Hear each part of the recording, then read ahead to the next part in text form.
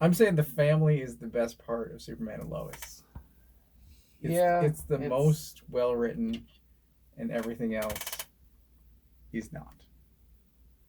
The like Smallville politics, the newspaper storyline.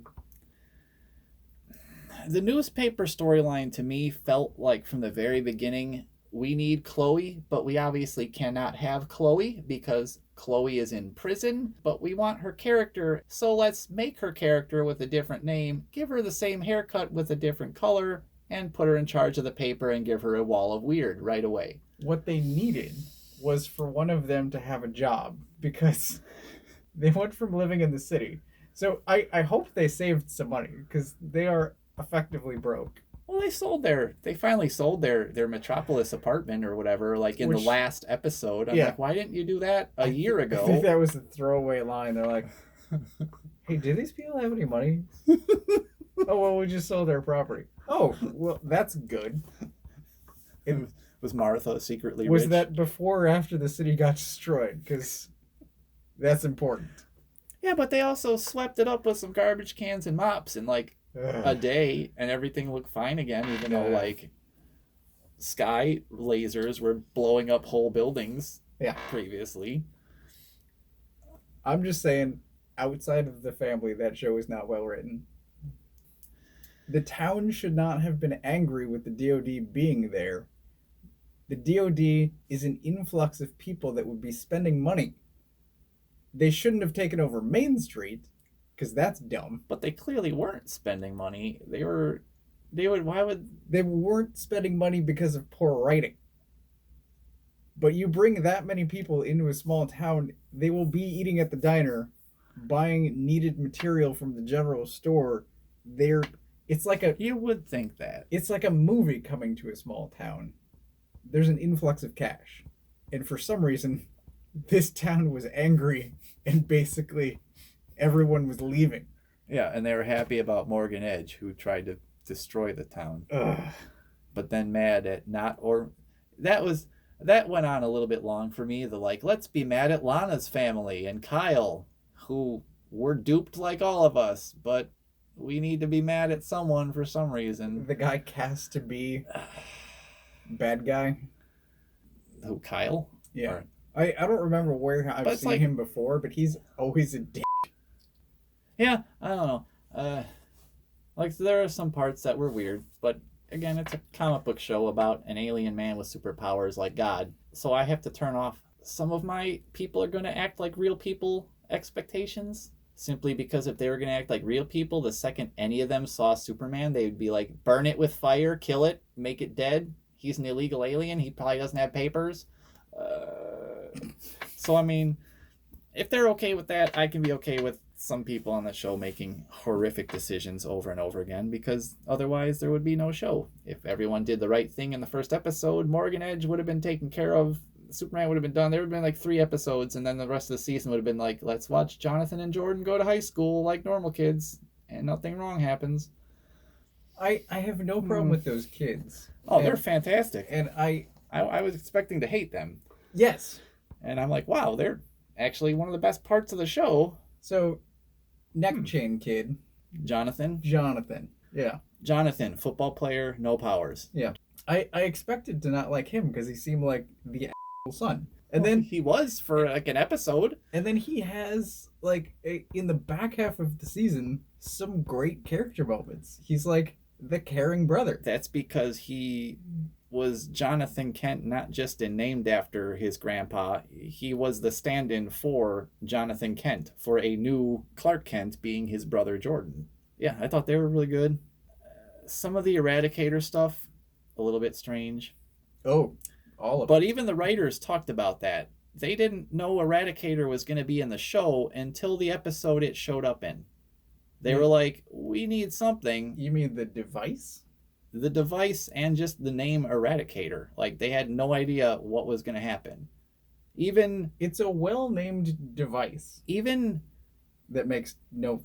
What's his name? John Henry Irons was not known at the very beginning. I liked Irons much better than at the end of the first episode. I was rolling my Yeah, eyes so hard at Captain Luther. I was upset about that as well. I was like, well, at least he doesn't look like John Cryer. But I'm really upset that once again it's Superman and here is freaking Lex Luthor. I'm glad it was Irons. I'm glad that he stuck Yes. around, that he was a recurring character, even if some of the stuff in the middle of the season made no sense. He was another character who it was like, decide if you're angry or not. Well, And then just get over it. Like, it's either you want to kill Superman or you want to help Superman. Just figure that shit out. the DOD talks to him, and at no point do they ask him any questions about what happened, what led up to it, what he knows, how he could help the DOD. They're just like, They sort of did. I think they just did it all off camera because ugh. he showed up and they were like, "Who are you?" And he's like, "Oh, I'm a dead guy from here, but from a different here." Cool. And they're like, "Well, we're gonna come back to that." That John Diggle guy, he showed up and was like, "We're gonna talk about this," and then he left immediately after that and never came back because he's trying to pretend not to be a Green Lantern or some such nonsense. So they have a conversation with Irons at the DOD. Yeah, but then the next scene you see him in, he's building a missile for the DOD. He just drives away in his RV. Well, that too. And they just let him go. Well, yeah, but then he comes back and they're just like, "Hey, welcome back. You want to start building these weapons that can kill Superman for us? I mean, we trust you with this technology. Gah. I'm ready to bury it at the bottom of the ocean so no wrong hands get on it. But I'm just going to give it to this dude from another Earth who we thought was Lex Luthor an hour ago." The technology that he destroyed twice. He wrecked his ship and the first suit, and then on his own built a second suit. I had forgotten that first suit got wrecked. It did, didn't it? And then he just kind of had it again. And his ship, he wrecked everything. I feel like he's kind of like Steel, but he's also Booster Gold. Because instead of terrible. From the future, he's from another world. He has future tech that only works with his dumb suit, and he's got a little robot that follows him around and says stupid things and won't shut up. But he's not as annoying as Booster Gold. That's true. He's not trying to sell me some soda cola. In general, I like Steel. Yeah. And I like the daughter, and I'm glad that the daughter shows up in the final episode because I wanted the kids to get together. Not necessarily in a relationship because that'd be weird, but yeah, I'm really hoping they don't go that route.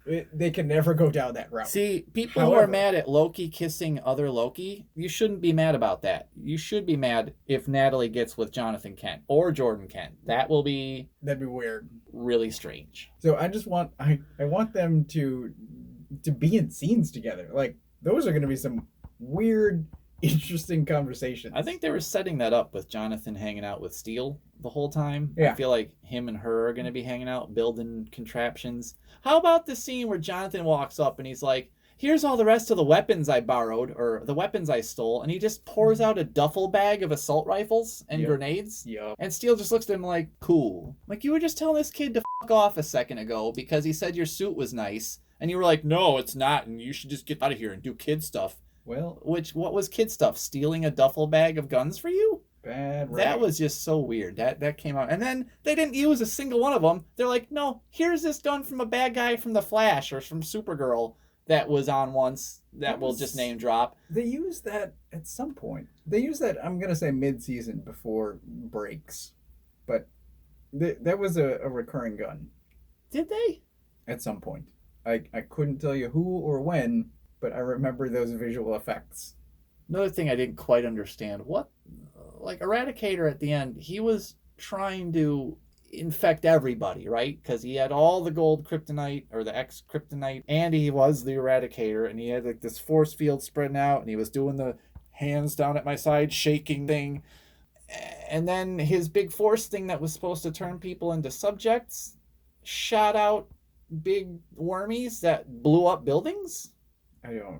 One time, and then nothing happened. Like I was like, why is his energy that's supposed to turn people into subjects now destroying buildings? That was the Man of Steel connection that I made. Is basically they had stored Kryptonians somehow, and like the Codex, and were mind transplanting Kryptonians into human bodies, and it somehow instantaneously gave them Kryptonian biology They explained that in the and last episode, so that powers. we were wondering about that. Why humans, given a Kryptonian mind, got Kryptonian powers? Their must- Kryptonian powers come from the X-Kryptonite. That's why they were using that, because it gave them the reverse of what Kryptonite does to Superman. It gave them the powers of a Kryptonian, while also the Eradicator gave them the mind of a Kryptonian, which is why he needed both.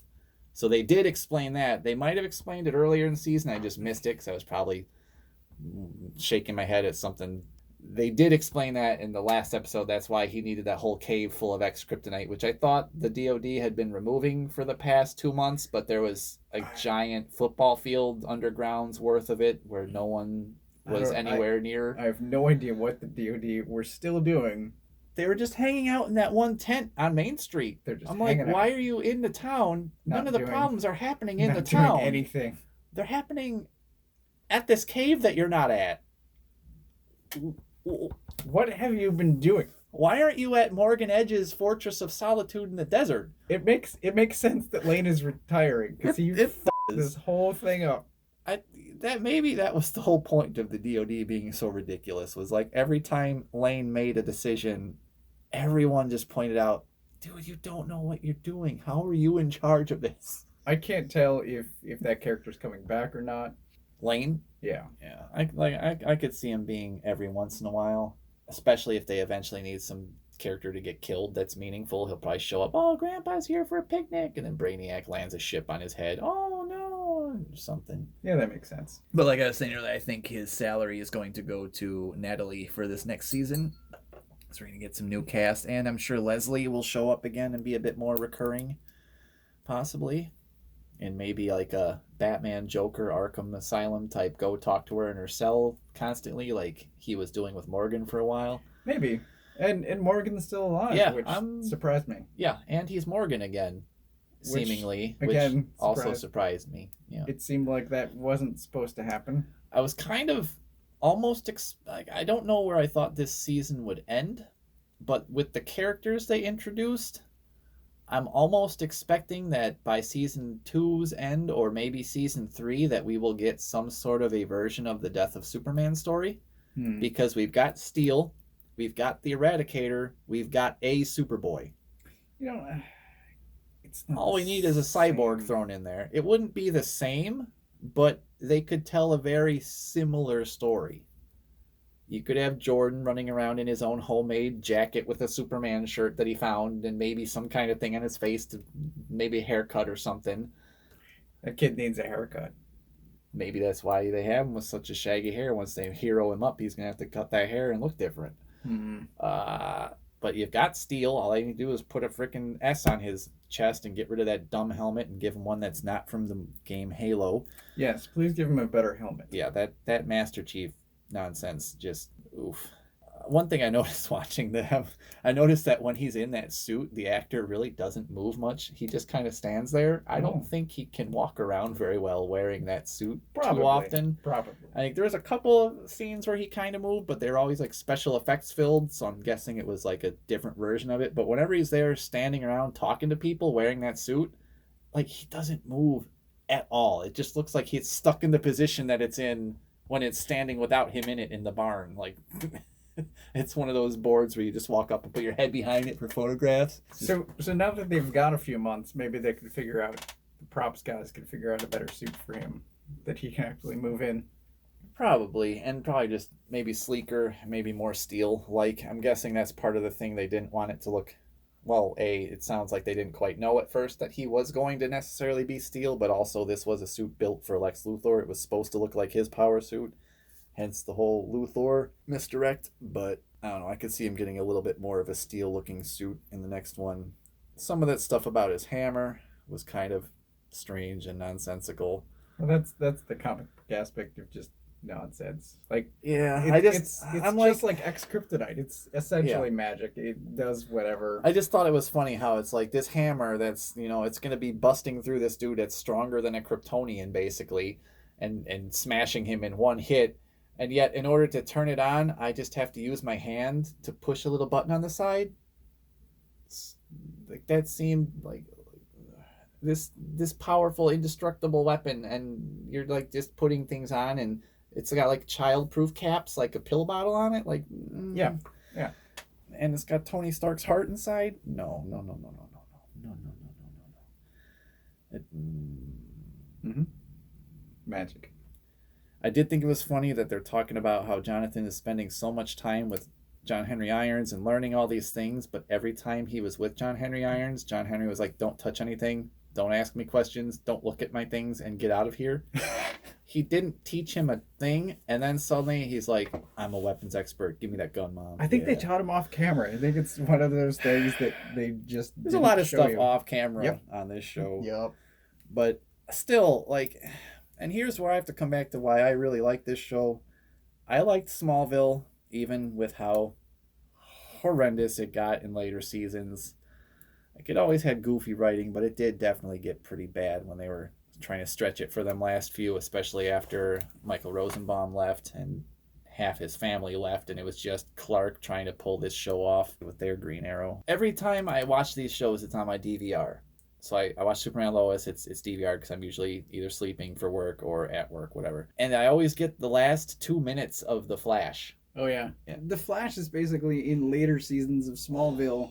It's in that pocket of just goofiness constantly. It really is. Like, I feel like when I watch that show, like, no one writing it knows what the tone of the show is supposed to be.